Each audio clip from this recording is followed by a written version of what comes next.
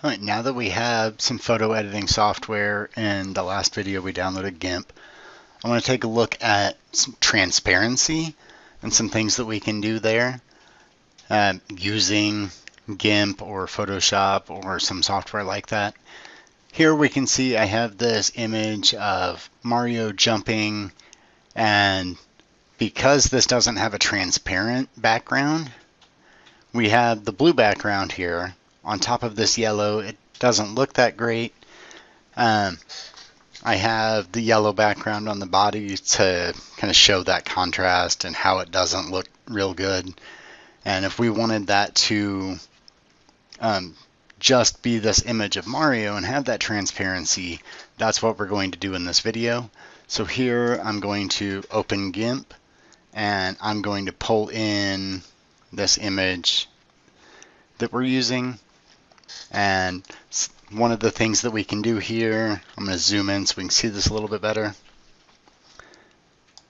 I'm going to use this magic wand tool, and using that tool now I kind of see the marching ants around this image. It has that selected, and what it's actually doing is selecting everything that's basically the same color as what I clicked on, so it's actually selecting the blue. So when I click on delete here, then it's getting rid of that. I'm getting this white background. If I want to get super picky with this, then I can, but I don't think we really need to for this. But I could get in here, use the eraser tool, and do some erasing if I wanted to. That didn't work so well. Maybe if I wanted to use the paintbrush instead, or do something like that, I can. I don't really need to for this. But now I'm going to undo this so it puts this background back. And instead of just deleting that right away, I'm going to come over here to my layer. I'm going to right click and add alpha channel. And that alpha channel is what is going to allow us to have some transparency with this. So now when I select this and I delete, you see how we have this checkerboard background now instead of that white. That's because it made this transparent. I'm not going to get super picky with going in here and cutting out things like this little blue spot that normally I would have being see-through. But we can go through and we can clean this up a little bit better if we wanted to. I'm not going to for the sake of this video because that's not what this video is about. We may have some videos later on that have more to do with using some of the software to get a little bit better results, but there are plenty out there if you want to use this and kind of refining how well that's selected. So here I have a lot of extra space that I probably don't really need. So now I'm going to come up here to select and select none so that nothing is selected, and then select my crop tool. And I'm going to select just this piece of my image and kind of refine that a little bit, get it pretty close so that the main thing that I have here is just my image.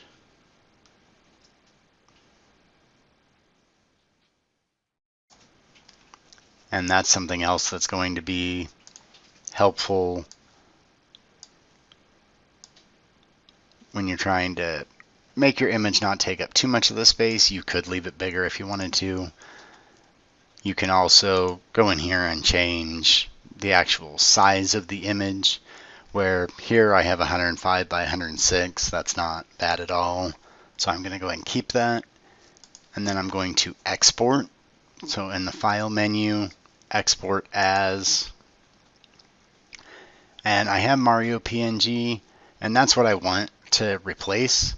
So I'm going to go ahead and select that so that it will overwrite that.